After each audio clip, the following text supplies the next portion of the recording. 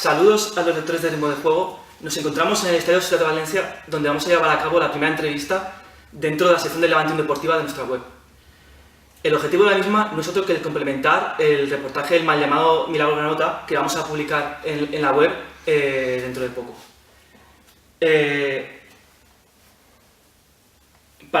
Con ese reportaje lo que queremos dar a conocer es la situación del Levante en los últimos 6 aproximadamente años, desde la regeneración del club a partir de en verano 2008 hasta la actualidad. Para ello contamos con uno de los personajes del Levante Deportiva que más en contacto se mantiene con la afición, tanto en las redes sociales como en cualquier partido de las categorías del club. Como no puede ser de otra manera, nos referimos al vicepresidente del Levante, Tomás Pérez Fontelles. Muy buenas tardes, Tomás, y gracias por atendernos hoy aquí. Nada, gracias a vosotros. Bueno, para empezar, y como dato inicial, aunque ya más tarde os entraremos en lo que es la actualidad del equipo, ¿en qué momento de esta nueva etapa del Levante, nacida en 2008, entra Tomás Pérez a vicepresidencia del Levante? Pues el nuevo consejo fue nombrado a finales de 2009. Yo creo que la junta fue el 29 de diciembre de 2009 y en una primera reunión ya en enero, los primeros días de enero, ahí el consejo nombramos presidente a Quico Catalán y él me ofreció la oportunidad de ser el vicepresidente del consejo. O sea que nuestra andadura comienza ya acabando 2009 y nuestra primera reunión como consejo fue los primeros días de 2010. Bueno, para que la gente que no lo sepa, usted lleva muchos años perteneciendo al club. ¿Desde cuándo pertenece al club y qué puesto ha ocupado? Como aficionado desde que nací, aunque muy pequeño, pero aún pude conocer Vallejo. En el ascenso del 63 yo tenía 2 años, o sea que todavía me pilló. Y tengo vagos recuerdos de Vallejo, o sea que como aficionado toda la vida. Luego tuve la oportunidad de colaborar en tertulias de radio, comentando de la actualidad del Levante, cuando no había demasiada cobertura mediática, ¿no?, de nuestro club. Pues había alguna emisora que sí que apostaba por el Levante y pude participar en algunas tertulias. En esas tertulias coincidí con el actual presidente, con Quico, también con su padre, con Pedro. Y luego ya a través de esa participación en la radio tuve contacto con Antonio Descalzo, con la sección de fútbol femenino. En un primer contacto todavía era el San Vicente Valencia, pero viví el momento en que entran a formar parte del Levante Unión Deportiva. Entonces Antonio me ofrece la posibilidad de colaborar con ellas, de ser el vínculo entre el equipo y los medios. Entonces me dedico un poco a relaciones públicas de ese equipo femenino. Y luego, ya con Dolores Escamilla como directora general del Levante Femenino, me ofrecen la posibilidad de llevar la dirección técnica del equipo. Eso durante 10 años, y cuando me proponen formar parte del consejo, sigo desarrollando esa labor en el Levante Femenino. O sea que unos 10 años, sí, yo creo que fue al inicio del 2000, cuando tengo una vinculación más directa con el club. Entonces coincidió con la época gloriosa del Levante Femenino, que fue finales de... Sí, yo pillé ya la última época, sí, de ese... Lo viví como aficionado, la época esa gloriosa, y me tocó vivir quizá el primer bache que sufrió el equipo ya en la última temporada de Antonio. Antonio sale del equipo, Antonio Descalzo, y es cuando llega Josep Alcácer, y en sus 2 primeros años como entrenador consigue 2 Copas de la Reina. O sea que seguía el Levante femenino teniendo una posición de privilegio en el fútbol femenino. Luego con Félix Carballo, el que sucede a Josep Alcácer, también ganamos una Copa y una Liga. Y luego ya viene también el equipo femenino sufrió los avatares del club, la reducción de presupuesto, en fin. Y desde entonces pues venimos trabajando mucho en la cantera, intentando volver a conseguir esos éxitos, y yo creo que estamos en el buen camino. Este año hemos llegado a semifinal de Copa de la Reina y por muy poquito no hemos conseguido estar en la final, pero yo creo que vamos pronto, yo creo que vamos a volver a ver títulos del equipo femenino. Aprovechando que estamos hablando del femenino, ¿qué les diría a las jugadoras de femenino que acabaron muy disgustadas por el partido del domingo?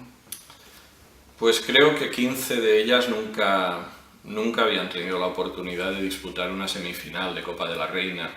Entonces yo lo que les dije es que estoy convencido de que pese a lo duro del trance, pues va a suponer un crecimiento en sus carreras como futbolistas y que seguro que la experiencia va a servir para que consigan éxitos en un futuro. Yo creo que se van a hacer fuertes, han visto que no es fácil llegar a una final y seguro que cuando vuelvan a tener la oportunidad, no la van a dejar escapar. Muchos granotas le agradecen día a día su presencia en las redes sociales. Siempre aparecen ellas conversando con la gente, resolviendo sus dudas, incluso aguantando siempre con respeto las dudas que tienen.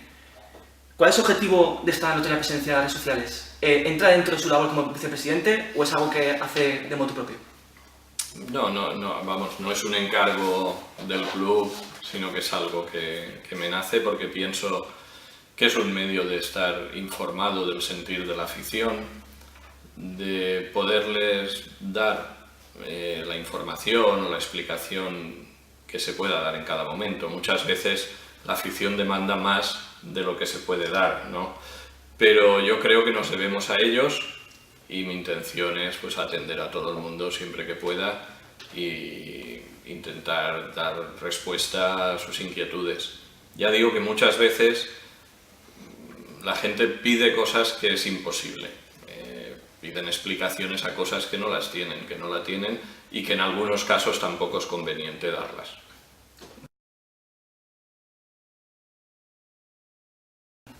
Bueno, entrando ya en la materia objeto del reportaje que vamos a publicar, ¿cómo vivió desde dentro la angustiosa temporada 2007-2008? ¿En algún momento creyó que el club realmente podía desaparecer? Yo creo que la afición en general no es consciente de que ese momento lo estuvimos bordeando. Había verdadero riesgo de que desapareciera y tener que refundar el club.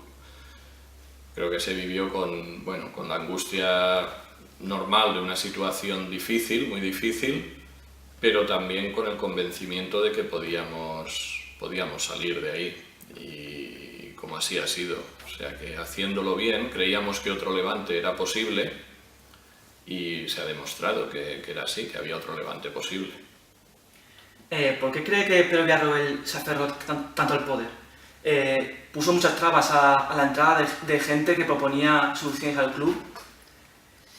¿Como el levantinista entiende que alguien priorice su continuidad al club aún a sabiendas que el club peligraba? Yo creo que debemos reconocer que en momentos también muy difíciles del Levante la solución fue Pedro Villarroel y eso quedará para la historia del club como una persona que en momentos muy delicados llevó al Levante a que siguiera con su historia y quizá como pasa muchas veces en otros ámbitos, en política, en muchas cosas, pues quizá no se llega a elegir el momento adecuado de dejar paso a otros.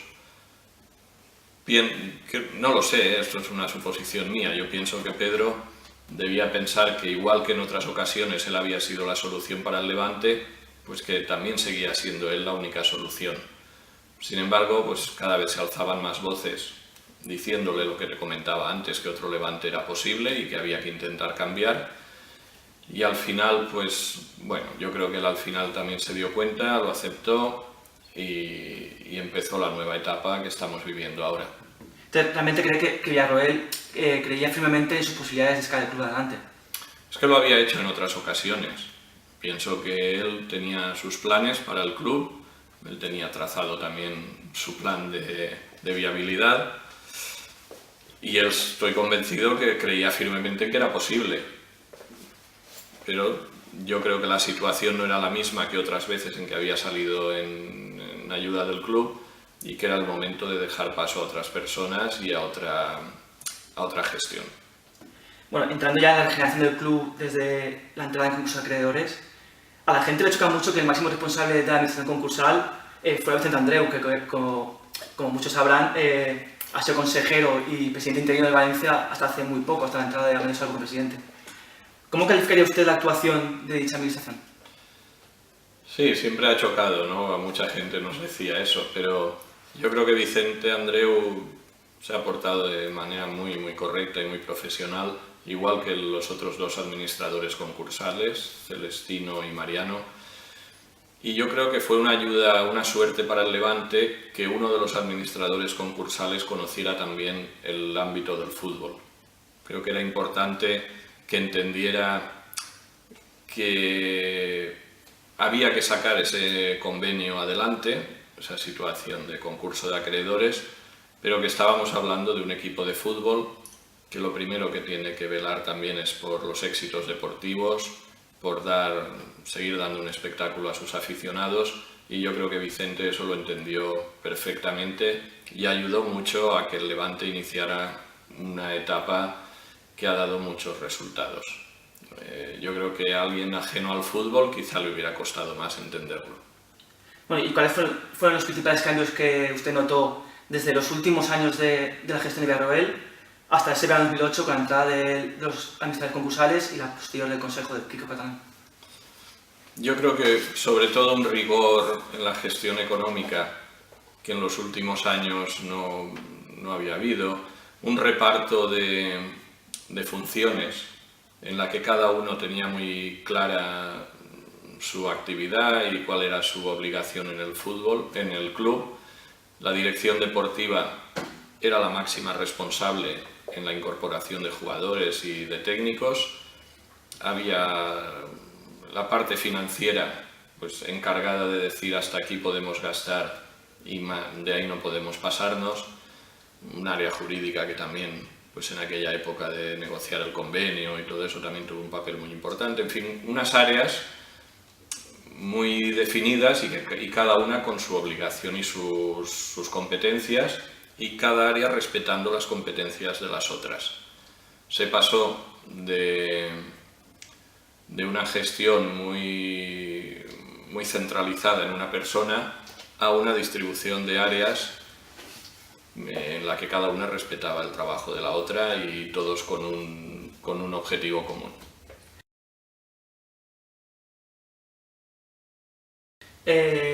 La temporada 2008-2009 fue una temporada que para los aficionados fue un poco caótica porque la información que lleva cada día, algunos días parece que el Levante está mejor, otro día peor.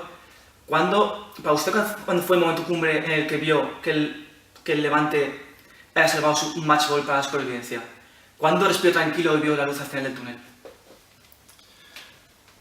Yo creo que un momento que para el aficionado pasa más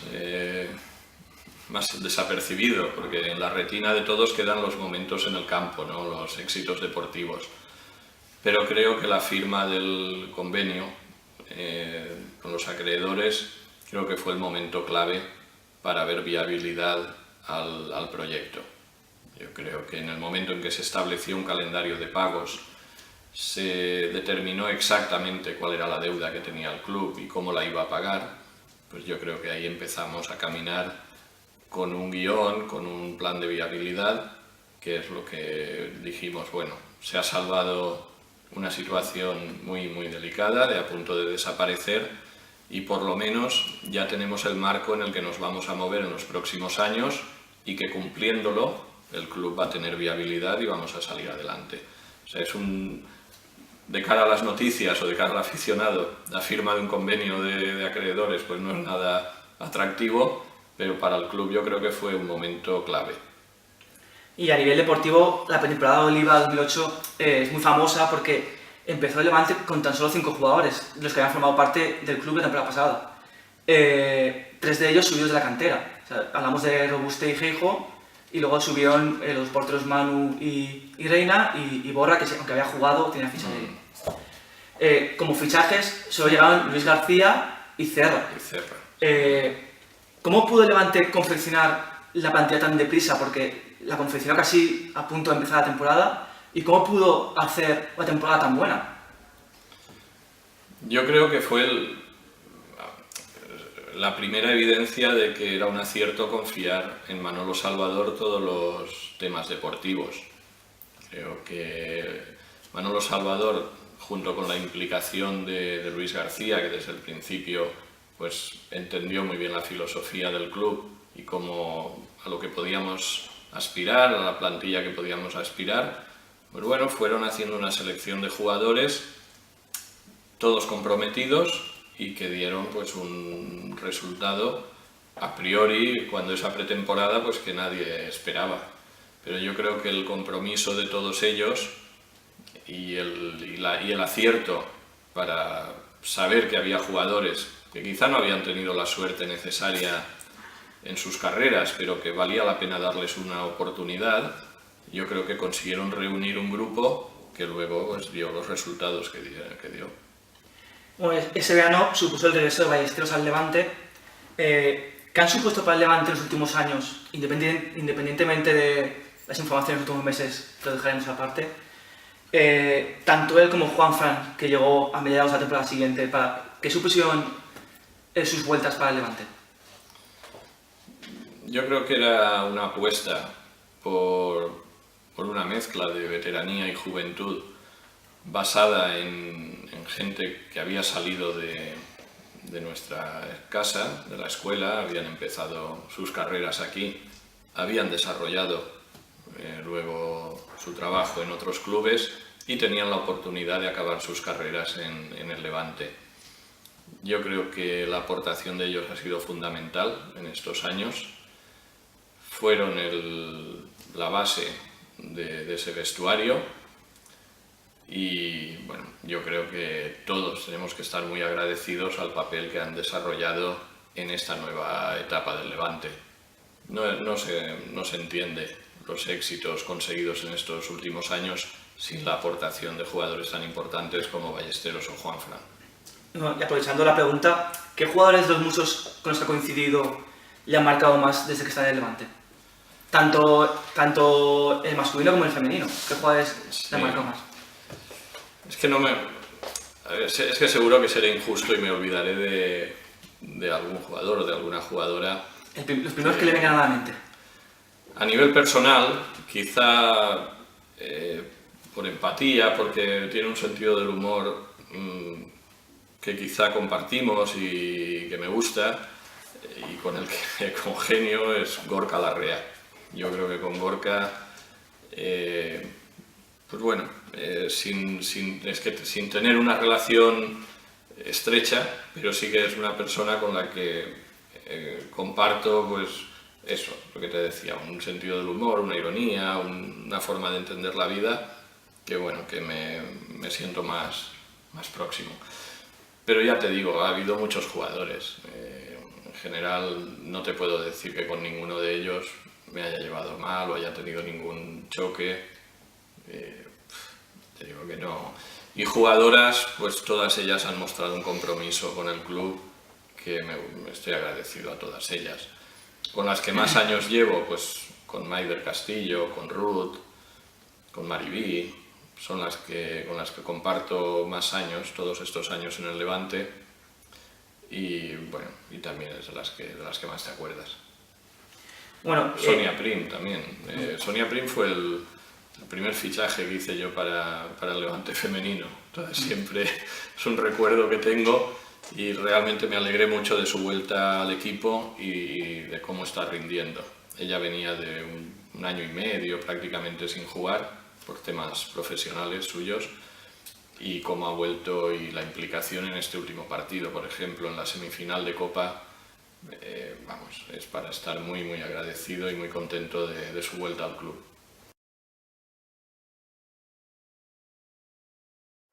Bueno, entrando en la campaña del centenario, la temporada 2009-2010, fue la temporada en que pareció una conjura para convertir la temporada del centenario en un año mágico. Quizás además también fue el año en el que el fútbol volvió a ser el verdadero protagonista en Orriols. También fue cuando la afición empezó a recuperar la ilusión. ¿Cuáles fueron las claves para, teniendo unos presupuestos más bajos de la categoría, conseguir ese histórico ascenso? Pues la clave es la misma que te decía antes, el compromiso, el creer que era posible, el no marcarnos unas metas como las que luego se consiguieron y el ir día a día. Yo creo que empezaron a llegar los resultados, el ambiente del club adquirió una normalidad que en los últimos años no había tenido y yo creo que eso se notó. Veníamos ya de la pretemporada esa de Oliva y de una primera temporada con Luis complicada, que era una incógnita, y se mantuvo ese grupo, se mantuvo el compromiso. Ya te digo, se dotó de una normalidad al funcionamiento diario del club que se vio reflejado en los resultados en el campo. Todos tirábamos del carro en la misma dirección y llegó ese ascenso en el mejor momento, como tú dices, un año mágico. ¿Qué recuerdos guardas de esa temporada? ¿Algún partido, algún acontecimiento? ¿Cuál es el momento que le viene a la mente para recordar esa temporada?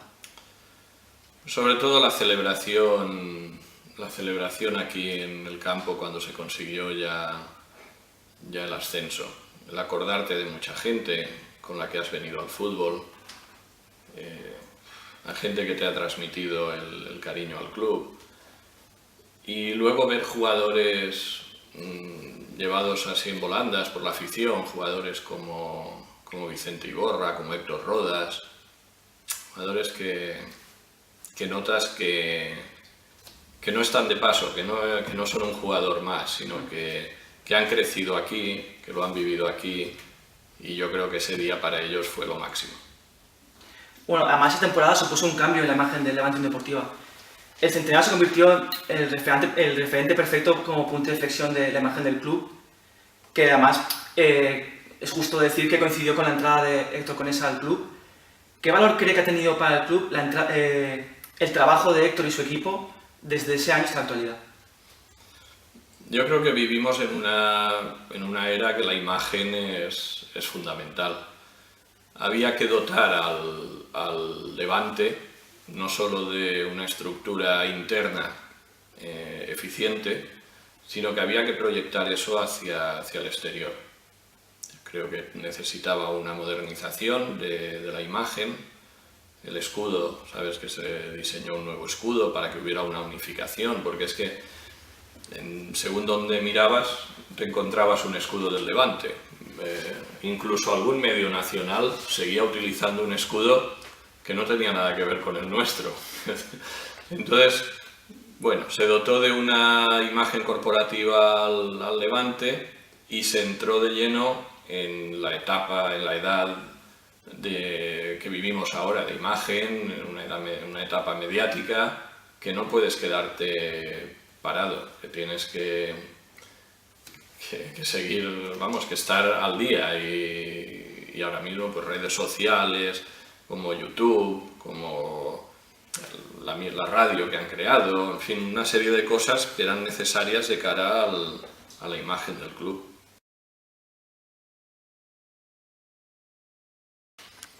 Bueno, entramos a la temporada 2010-2011. Cada año que pasaba era un reto hacer un equipo competitivo para conseguir los objetivos, sobre todo dada la economía de guerra del club.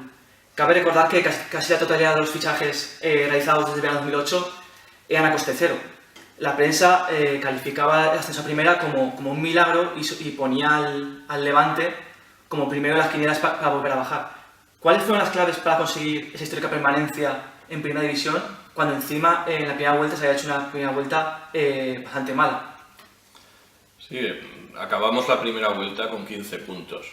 Yo creo que en ese momento lo habitual y lo que ves en los equipos de fútbol es que se acometen cambios. Normalmente se rompe la cuerda por el entrenador, pero nosotros estábamos convencidos de que la única persona capaz de llevar aquello adelante era Luis García. Entonces se mantuvo la tranquilidad, se creyó firmemente en lo que se estaba haciendo, se transmitió esa confianza tanto a técnicos como jugadores. Yo creo que poco a poco fueron saliendo de ahí y consiguieron una permanencia histórica. La remontada del club coincidió tanto por la recuperación de la lesión de Iborra como sobre todo la campaña La Unión es la Salvación. ¿Crees que con esa campaña se consiguió el mayor grado de unión entre el equipo y la afición de estos últimos 6 años, incluso mayor a la de estos últimos 2 años, donde el equipo ha conseguido objetivos mucho mayores?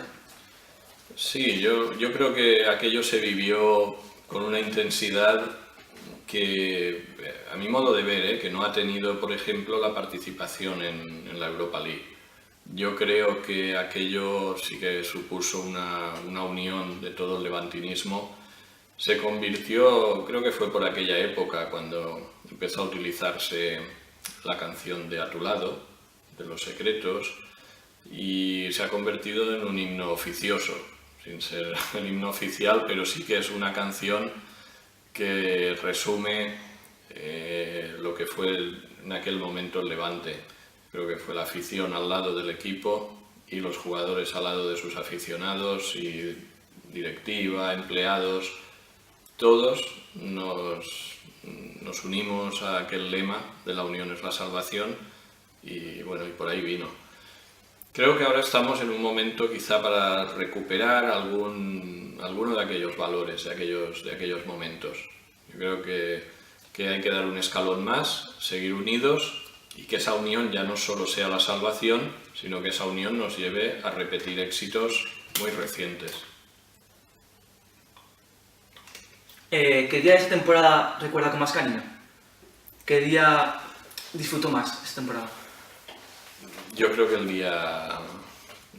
que esa temporada fue la del empate, ¿no? En Mestalla. Sí, yo creo que ese día fue el clave, donde veías a tus compañeros de consejo pues todos emocionados, igual que estabas tú, y fue el partido clave, el partido más emocionante. Se juntaba todo, era la salvación, con ese punto conseguimos salvarnos, era en Mestalla, que siempre le da un plus añadido de emotividad, y era conseguir algo básico para la permanencia, para la supervivencia del club, que era la permanencia en Primera División.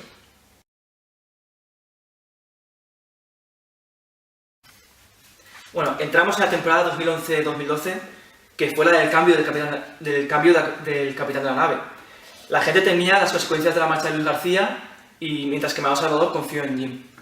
¿Dentro del club estabais tranquilos con el cambio o estabais expectantes a ver el resultado? Porque al fin y al cabo Luis García se que había llevado al nuevo Levante desde 2008. Bueno, yo creo que fue un cambio distinto del que se ha producido ahora.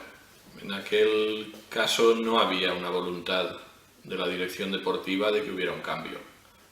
Sin embargo, bueno, pues se dieron las circunstancias de que Luis quería salir, tenía una oferta y quería aceptar, y bueno, nos pilló más con el pie cambiado, pero en fin, Manolo rápidamente dijo que sabía quién era la persona que podía hacerse cargo y que podía sustituir a Luis, no tenía ninguna duda y bueno, nos dijo la persona indicada es este entrenador, es Juan Ignacio, y es el que va a coger el club, el equipo a partir de ahora.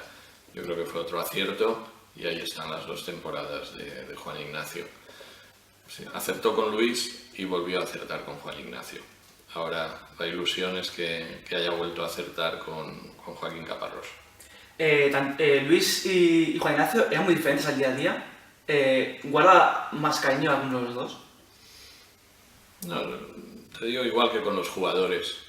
Yo con los dos me he llevado bien y no he tenido ningún problema con ninguno de los dos. La relación ha sido correcta, buena y cordial. O sea que tengo un buen recuerdo de los dos. Bueno, Manolo Salvador, la temporada anterior, había aceptado con el fichaje de Felipe Caicedo. Fue una operación redonda, tanto a nivel deportivo como económico, y después vino Koné, que fue otro acierto. ¿Cuál fue más de su grado, Felipe o Aruna? ¿O por el contrario es más de Martins a pesar de su pantada? Yo creo que de cada uno recordaremos unas cosas.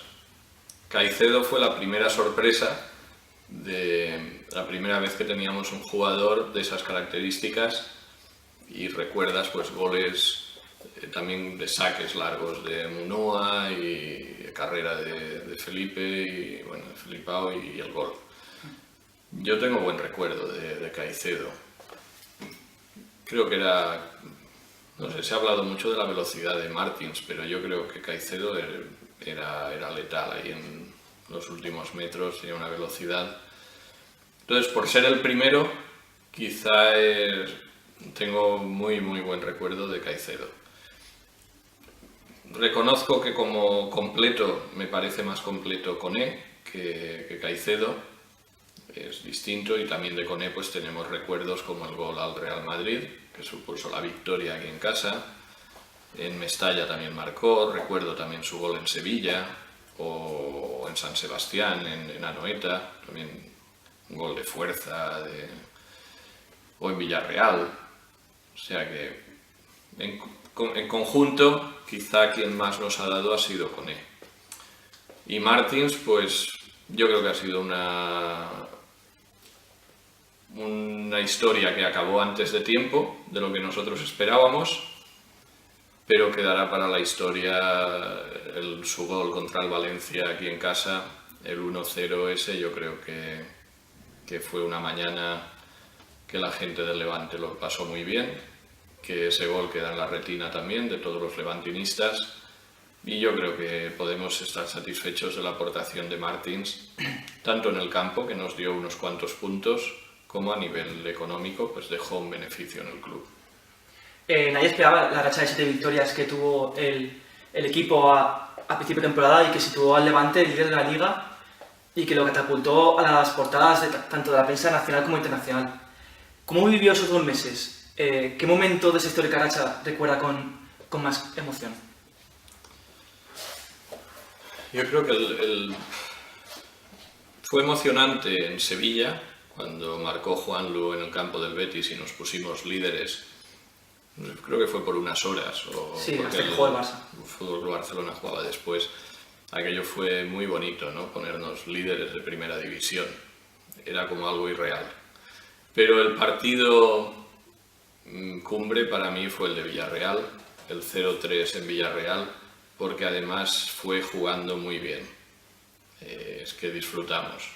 Es que cada combinación, cada jugada de ataque, cómo salían Osvaldo, Juanlu, Koné, fue un espectáculo. Yo creo que fue darnos cuenta de lo que era el Levante, de lo que era capaz y de lo bien que jugaba. Fue el partido más bonito, y luego llegar a Valencia y que hubiera gente esperando aquí en el estadio fue muy bonito. Y después de una temporada espectacular, y a pesar del caso Koné, el Levante consiguió clasificarse para Europa por primera vez en su historia, en la última jornada contra el Athletic de Bilbao. ¿Qué le vino a la mente en el momento de la emisión de nota con la música de Europa League de fondo? Yo creo que lo he comentado antes. Para mí no es comparable a lo que sentimos el día del ascenso a primera, el año del centenario, o lo que sentí, no quiero generalizar porque a lo mejor para otro ha sido más importante lo de la Europa League, pero el día del empate en Mestalla, que supuso la permanencia en primera, para mí fue mucho más emocionante que esa clasificación para Europa. Es muy importante conseguir una participación en competición europea, más para un club como el Levante, pero como tenemos tan claro que nuestro objetivo todavía, y mientras no consigamos crecer más, es la permanencia en primera división, el día que conseguimos esa permanencia, ese día es el más importante del año. Mucha gente piensa que si Koné hubiera jugado los últimos 3 partidos, que no jugó por la cláusula que si marcaba otro gol renovaba con el Sevilla, el Levante hubiera jugado a Champions. ¿Usted opina lo mismo? Eso es una hipótesis. ¿Que hubiera habido más posibilidades? Quizás sí, porque era el jugador que marcaba la diferencia y que estaba consiguiendo goles. Pero bueno, nadie te lo asegura que eso hubiera sido así. ¿Que hubiéramos tenido más posibilidades? Es posible, sí, puede ser. ¿El club intentó eludir esa cláusula para que Koné pudiera marcar más goles? La cláusula que unía el contrato. A mí me consta los informes médicos y no puedo opinar de cosas que son suposiciones. Creo que él estaba lesionado, los informes médicos así lo atestiguaban y ahora ya a toro pasado tampoco vamos a solucionar nada el pensar si eso fue así o no, hay que dejarlo correr. Nos dio mucho Arona Koné, la clasificación para Europa League también fue gracias a él y no vamos ahora a remover ese tema. Del partido del último partido de Liga, cuando conseguimos la clasificación para la Europa League, mucha gente encuentra como único punto negativo el que no se pudiera dar una despedida como Dios manda a Rubén Suárez. ¿Crees que Jim se equivocó al ir ganando 3-0 y 3-0 ya, no dejarle entrar al campo para despedirse de la gente? Hay jugadores que calan mucho en la afición. Rubén, por ejemplo, que no lo hemos nombrado en toda la entrevista, pues también es uno de los jugadores que guardo un buen recuerdo. Y comprendo a la afición. Yo, como aficionado, también me hubiera gustado verlo despedirse y verlo sobre el césped. Pero no estamos en la cabeza del entrenador y no sabemos el motivo que hizo que no sacara a Rubén. No lo sé, a lo mejor nos estamos olvidando de que a lo mejor jugó otro jugador, otro compañero de Rubén, pues a lo mejor menos querido por la afición, pero que también merecía jugar. No lo sé. Ahora me dices, como aficionado, me hubiera gustado verlo y verlo despedirse en el campo.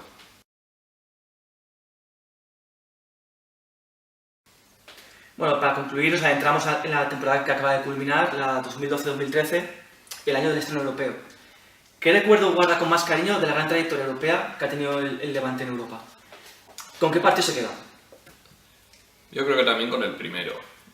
El viaje a Motherwell, a Glasgow, con la incógnita de si toda esa ilusión se iba a acabar en una primera eliminatoria, porque claro, podíamos llegar allí, perder por varios goles y echar por tierra toda la ilusión, todo lo que habíamos conseguido durante la temporada. Entonces, ver al Levante con solvencia, sacar el partido aquel adelante, con un grupo importante de aficionados que se desplazó hasta allí, y bueno, y conocer lo que es la UEFA, lo que es un partido de la UEFA, los delegados de la UEFA, todo cómo se organiza, las ruedas de prensa, tal, en fin, lo que era la competición europea. Yo es el recuerdo el que tengo más presente. Era un estadio además típico inglés, muy bonito, de estos de madera. No sé. Bueno, a mí me gustó mucho y es de lo que tengo más recuerdo. Luego, el resto de la competición, claro, también tienes recuerdos bonitos. Por ejemplo, en Holanda, con el Twente, o en Suecia, por ejemplo, en el Helsingborg también. Lo que fue el viaje y la convivencia allí con todos.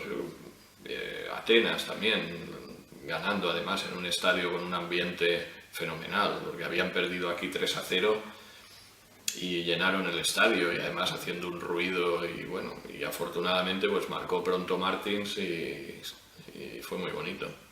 Pero el de Motherwell yo lo recuerdo con especial cariño porque era el primer partido europeo del Levante. Bueno, volviendo por última vez al tema Martins, ¿crees que Martins actuó egoístamente con su marcha? Nos movemos en fútbol profesional y yo lo que puedo pensar no que fuera egoísta, yo puedo pensar que se equivocó. Se equivocó porque creo que podía haber conseguido mucho más con el Levante y también quizá haber conseguido después encontrar un destino más acorde a su valía. Yo, con todos mis respetos, pues no creo que la competición que esté jugando sea la de más repercusión para un profesional. Quizá económicamente a él le ha ido bien, pero yo creo que se equivocó en abandonar ligas mucho más potentes como la española, la inglesa, la alemana. Pero bueno, eso él como profesional eligió esa opción y hay que respetarla y agradecerle lo que dio aquí mientras estuvo.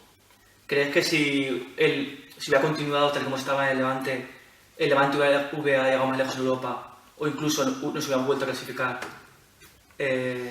a través de la Liga? Pues es lo mismo que hablábamos de Koné y la Champions. Es una suposición, es una hipótesis, pero no cabe duda de que las posibilidades, el porcentaje de posibilidad de clasificarse aumentaba con Martins, con un delantero que te había aportado mucho en los meses que había estado aquí. Quizá la vuelta en Rusia pues hubiera sido otra cosa, hubieran aumentado las posibilidades de pasar la eliminatoria. Bueno, y entrando un poco en el tema polémico de los últimos meses, sin entrar en los detalles, ya que además la investigación sigue abierta, ¿cree que la prensa en general ha tratado de forma debida la polémica suscitada tras el partido del Depor? Pues unos más que otros. Yo entiendo que los medios de comunicación necesitan llenar espacio y páginas todos los días, pero no siempre se ciñen a lo demostrado y a lo real. Yo creo que en ocasiones habría que pensar el daño que se hace hablando solo de suposiciones o de rumores. Creo que el club desde el principio dijo que existía esta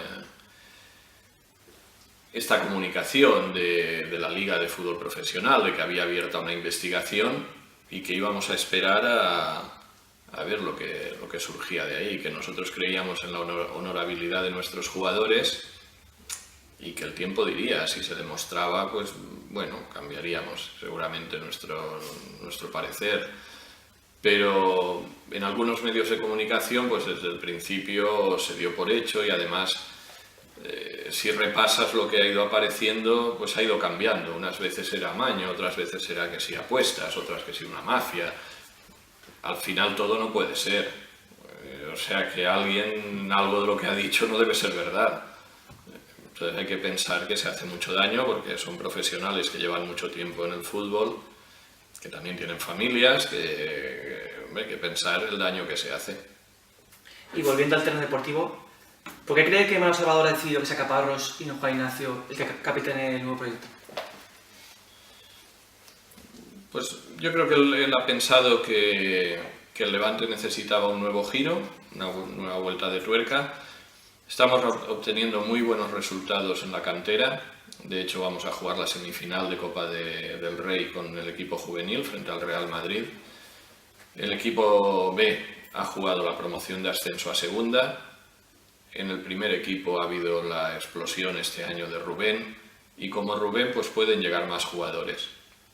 Entonces ha pensado quizá que Joaquín Caparrós pues es un entrenador que en los clubes en los que ha estado ha prestado especial atención a esa cantera y cree que es la persona idónea para capitanear el nuevo Levante y echar una mirada a la cantera, estar atento a la misma y a ver si puede salir algún jugador más.